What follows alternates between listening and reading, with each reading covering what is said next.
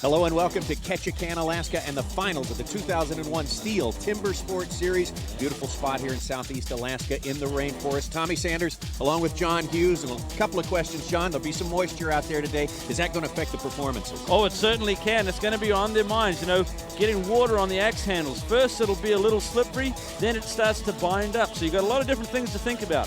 Everyone else is wondering, can four-time world champion Jason Wynyard do it a fifth time, win the STIHL championship? I believe he's got what it takes to do it, but he's got his old opponent there, David Bolser. This guy is not done as well in qualifying as we've seen in the past, but he's certainly got it to give Jason a good run. Another guy we've got to look at, Melvin Lentz. Remember, king of the Lumberjacks here.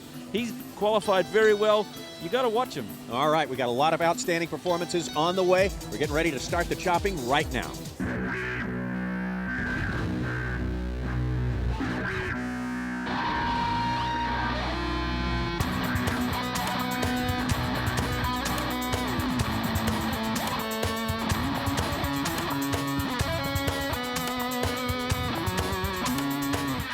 Anyone familiar with timber sports knows the man on the left there, the winningest all-time American lumberjack, the greatest lumberjack in this country of the last quarter century, Melvin Lentz, going up against a man he's spotting about 20 years almost of age, Big Dion Lane from down in New Zealand. Dion Lane, only 25 years old, 6'4" and about 290 pounds.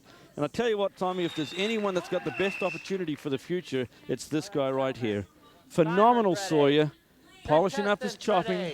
Got one of those hot saws. He's going to be one of the best all-around competitors, taken after his brother-in-law, Jason Wynyard, four-time champ here. It's always fun to watch the big guys get up on these springboard poles. And that's something to realize.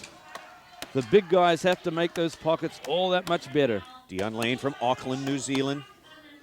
A very good pocket cut there. Now, Dion very seldom did anything to do with climbing poles before he came here. And the strength of this axeman up there with a good, strong set. Melvin's got a great board, too. This is going to be a great match. Blow for blow, they're going at it in the springboard chop here. Time to beat 58-57. Melvin being the best all-around competitor America has to offer still. His experience in this might get him ahead. Well, Dion took a lot of wood out of the front there. Melvin starting to slice. Melvin might get him here. One more blow, and that does it for Mel Lentz, and a good time as well.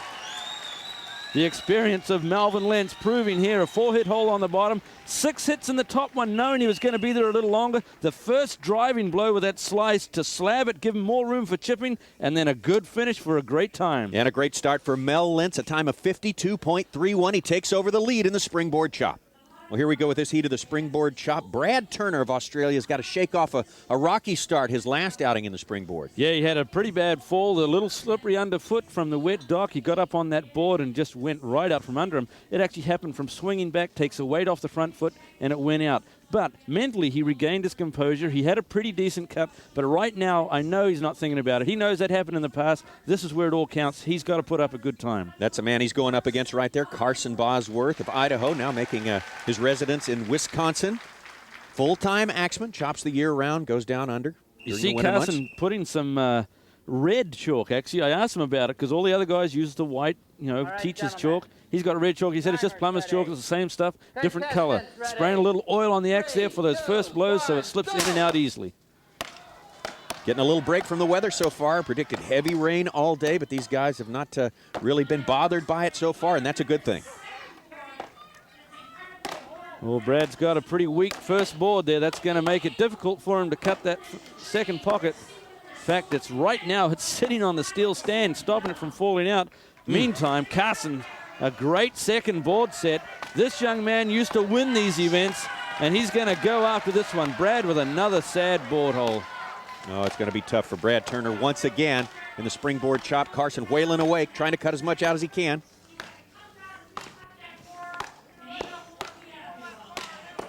Carson's got a great cut going there. Brad back down on the ground. When he went to spring up onto his top board, the bottom board came out. He's got to fix that now before he goes back up. Very disappointing, but here's Carson, the switch hitter. Going for the drive, reach forward.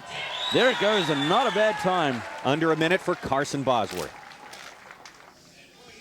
Well, Brad had already had trouble with his first board set and his second board set, and now he's put it again. Now he's slabbed an entire piece of the tree away. That's very disheartening for this young man. But Carson Bosworth, his opponent, did a great pocket set, great front, and then reaching over for the final drives for a pretty decent time, Tommy. A time of 57.47, good enough for third place thus far. Mel Lentz, still your leader at 52.31.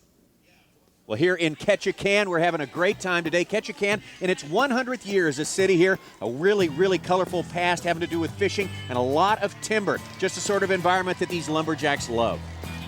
I'm Cliff Skillings with Gateway Forest Products. We're here in Ketchikan, Alaska. Right now we're in Ward Cove on a boom boat, 19-foot log bronc. Traditionally, logs and wood source, so the mills around southeast have been brought in by water, and this is no different. And the logs you're seeing behind you are a mix of spruce and hemlock, which is the predominant species on the Tongass. The Tongass is approximately 17 million acres, and the imprint that the industry has on the Tongass right now is about 2–2.5%. So it's really very small.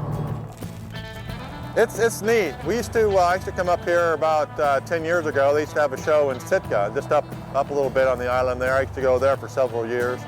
It's really neat. I really enjoy it up there. I've caught a few today.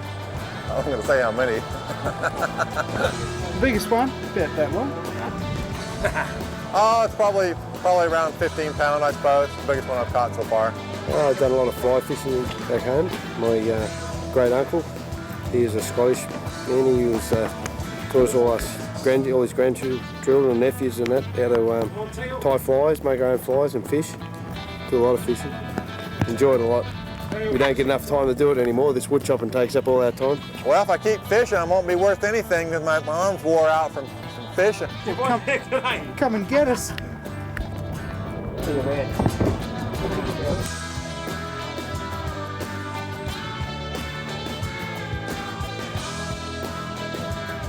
Well, ready to begin his unprecedented 5th straight championship in the STIHL Timbersports Series here in 2001. Jason Wynyard on the right there from Auckland, New Zealand, going up against former champion of the series, Harry Burnsworth, Mill Run, PA. Now, this is a case where we've got two guys that have both won this event. And I got to tell you, this big man here, Jason Wynyard, originally from Kawakawa, New Zealand, he's been having all sorts of problems with his springboard this year. If there's a chance that the other guys will get him in the all-around, it'll be because of this event. He's having mental trouble, I think, in making sure he sets those board holes. He knows he's a big man. He's over 300 pounds. He's got to make sure of that first set so he can cut a good board hole for the top one. And, of course, we know once he gets up there with a strong top board, he's almost unbeatable because of his strength and power in the chopping. So, on the other hand, you're saying if he finishes in the top 3 in this event, look out for this guy to sweep the championship again this year. Exactly. I have the greatest confidence in him. This would be his weakest event. And, of course, the others, he's just dominated so many times. Well, if he can knock out a time of 57.5 or below that, he's going to be looking good so far in the springboard chop. Of course, we got a lot of good competitors yet to come, but Jason Wynyard is really, as you say, John, it's critical that he does well here. And it's critical for all our competitors, but, you know, another one, Harry Burnsworth, number 12 qualifier, Tommy. We've seen this guy win this series. We know he's got the goods to do it all. He could put some great cuts together here and finish well up in the standings. And, you know, this is where it starts. The very first event, they've got to come out of the gate firing. It is amazing that Harry qualified in 12th place, but it also says a lot about the upgrade of the talent we get every year out here in the series. There you see that first place time of Melvin Lentz up there in the corner, 52.31. That's the time to beat if you want to take over first place. Now, I got to give kudos to Jason. He's obviously done his homework. A very good board set on that first one, but he's having trouble getting it in on the second one. Meantime, Harry's up there, but the power of Jason, he may be able to overhaul him. Who knows? Jason's board is sagging already. Harry's got a beautiful board set. Pretty nice piece of wood as well. In fact, Jason's got to the middle quite a bit quicker, but has he got as much cut? Of course, not to the middle. He's got to get 2/3 of the way through. Now the slicing technique. Well, if he can get this off quick, he's got Harry a good shot. got him.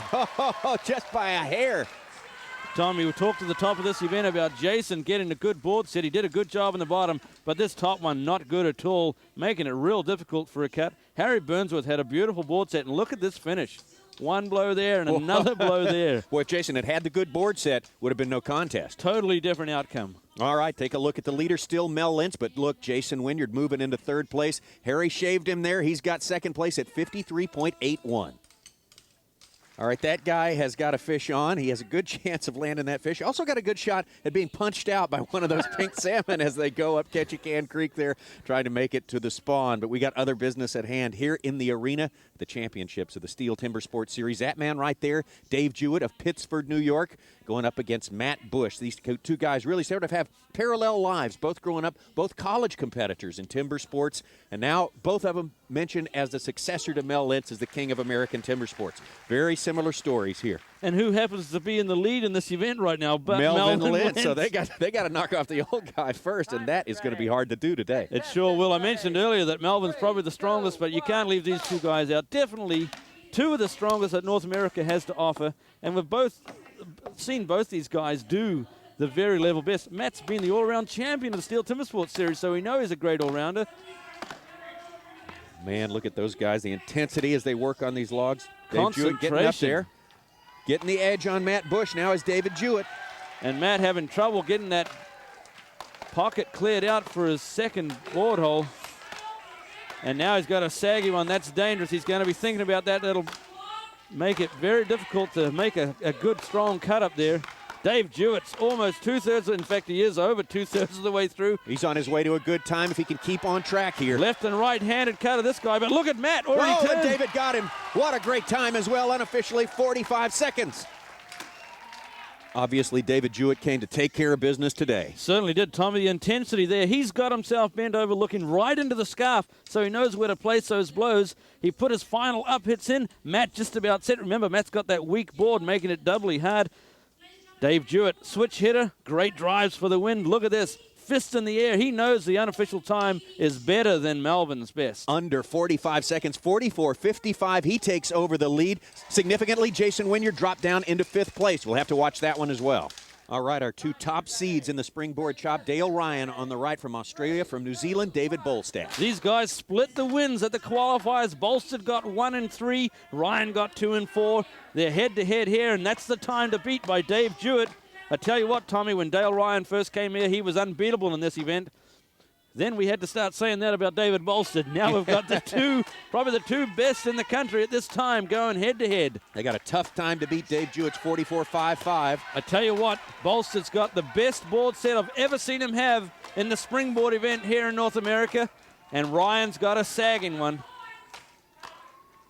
That will make a world of difference. Ryan's block is nearly falling off the top of the pole, taking all the power away from his blows, and Bolstad is about ready to drive this one off. And he's done it, and he's taken the event. David Bolstad, your winner.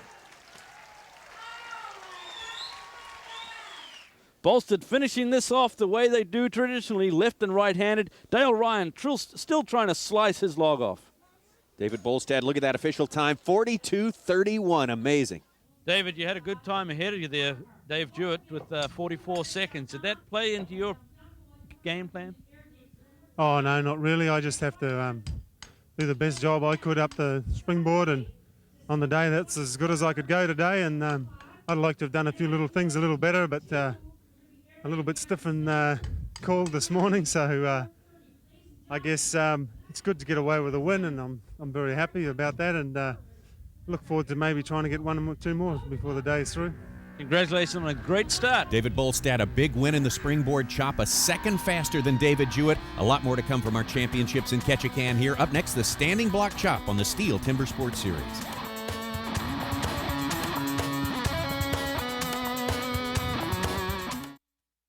We're back in Ketchikan, Alaska. It's the finals of the STIHL Timbersports Series for 2001. We got one event down so far, and your leader thus far is David Bolstad of New Zealand. 12 points for winning the springboard there. The U.S.'s David Jewett right behind him with 11. Dale Ryan. Mel Lentz also in the top 5. And out of the top 5, the winner for the past 4 years, Jason Wynyard. And we are ready to go with the standing block chop. A couple of great competitors upcoming here. That's Brad Turner from Victoria, Australia. Brad will be going up against Kerry Head. Kerry Head from Queensland in Australia, and Brad Turner trying to shake off a bad springboard event. Yeah, Tommy, in qualifying, he had a very bad fall where he slipped and landed on his arm. I spoke to him straight after the springboard. He said more than a mental thing, it was a physical injury that he gained, and he said he was able to put it out of his mind. So when this happened here, it didn't bring back the old war wounds. It just made him more focused to, he knows he's got to catch up now in these events. That's the block of Kerry Head. He's made his turn there. Boy, he might have shortcut the front. All right, These good two race Aussies, going in. very quick swings. Kerry getting him by half a blow. All right, a good time for Kerry Head as well, 16.74. He takes over the lead in the standing block. Brad Turner right behind. Well, these two guys pushed each other to some fine times in the springboard chop. We got them matched up again here in the standing block. David Jewett and Matt Bush. Jewett got the best of him last time. Who do you think is going to do it this time? Well, I tell you what, you know, Jewett's been getting a lot of criticism, or I said that a little while ago from his fellow competitors about his chopping style wasn't working and he needed to change it. He didn't do too many changes except concentrating more on doing it, but Matt Bush, he's had David Bolstead working with him on his chopping, and beautiful opening drives there by Jewett. This is going to be a close one. Matt's gone for a very quick front, just about slabbed the log off. In fact, it all fell off now. It's catch-up time for Jewett, but he's good at driving. Rushing those drives. Jewett gets him. He got him. Bit of a hang-up there for Matt Bush, and Jewett with the time unofficially 18.5 seconds.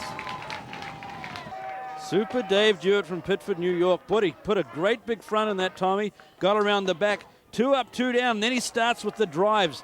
Remembering he's got to cover all that wood. A lot of wood he's trying to drive there, but 4 blows, it came right off. Little bit of rain on the deck. Did you notice any slippage there? These guys, knowing of the moisture, wearing spikes on their shoes. Pretty clever guys.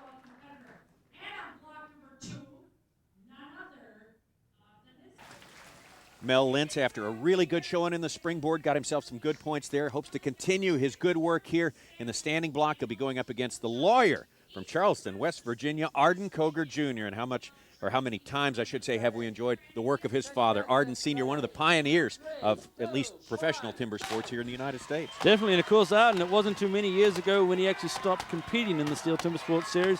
Great man to have around. This will be a good one for both these guys, obviously. Very strong standing block cutters. Wow, it looked like Mel had it from the start there, but it didn't work out that way. Tommy, one of the most important things here is when the axe goes in, you have to take it out the same hole. Melvin not doing that on the second blow, pull him a little out of his rhythm, and then he was driving very flat. But look at this, Arden Koger Jr. bringing that axe down from the sky. Great slope for the drives. Well, Arden Koger Jr. only able to manage second place, 16.87 his official time. Look at that, Mel Lentz. Did he have to do better in order to stay in it for the championship, John? It would have been better if he did, but there's 4 more events. He's still got time to catch up. 2 more heats to go in the standing block chop from Katoomba, Australia in New South Wales. That is Dale Ryan. Excellent chopper going up against a man from New Zealand, Dion Lane, the big man, I should say.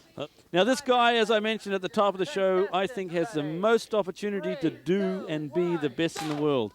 But he's mentally still learning. He's just a young guy. Dale Ryan, he's been around a little bit longer, and he's fired up. Didn't have the best springboard cut that he thought he could have. Now he wants to get it back here.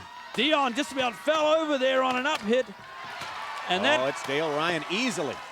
Well, Dion Lane with obviously one miscue here that cost him a lot. A very costly miscue. He went for an up hit, and he picked his front foot off the ground. It came down way out of position with the power of his swings. Nearly knocked him right off his feet. Cost him a lot of time. Dale Ryan, this guy, I mentioned that he didn't have a good springboard. He knew he had to catch it up somewhere. He had a great cut here. Real intensity. Look at that. He was after it. And a great time as well, 15.42. Puts Dale Ryan into the lead. Kerry Head right behind him. With 1 more heat to go in the standing block, we've got an Aussie 1-2. Final heat of the standing block chop. You see Jason Wynyard there on log number 2. Going up against the man who is our leader so far today in our STIHL Timber Sports Series Championship, David Bolstead of New Zealand. Tommy, there's a little moisture coming out of the skies. These guys are the last heat, but I don't think it's going to affect him too much. Bolstead hasn't seemed to have the same focus or something, maybe not as confident. Jason's been doing better, and Jason's going for the drive. They both are. Bolstead gets him. Let's take a look at the work that David Bolstead did on the back of that block. Tommy, now you can see he came up from his bottom line a little bit. He probably got more work done in the front, so he knew he didn't need as big a chip in the back, placing that axe perfectly in a great finishing blow. David, a great win in the springboard and then a great finish there for a win in the standing. When do you start to get that feeling like, yeah, man, everything's coming together?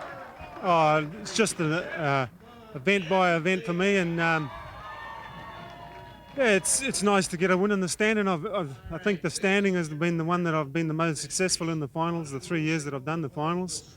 And it it was nice to get another win at it. And I mean, no matter what time anybody cuts here, I don't think you're going to see too many records. But all we have to do is all of us are trying to do is beat the 11 other jokers that's in that event. So, Congratulations on another great win. 2 chops and 2 wins for David Bolstedt. Certainly has the inside track in our championship of the STIHL Timber Sports Series. We'll be back in Ketchikan in just a moment to see if he can make it 3 in a row. Don't go away.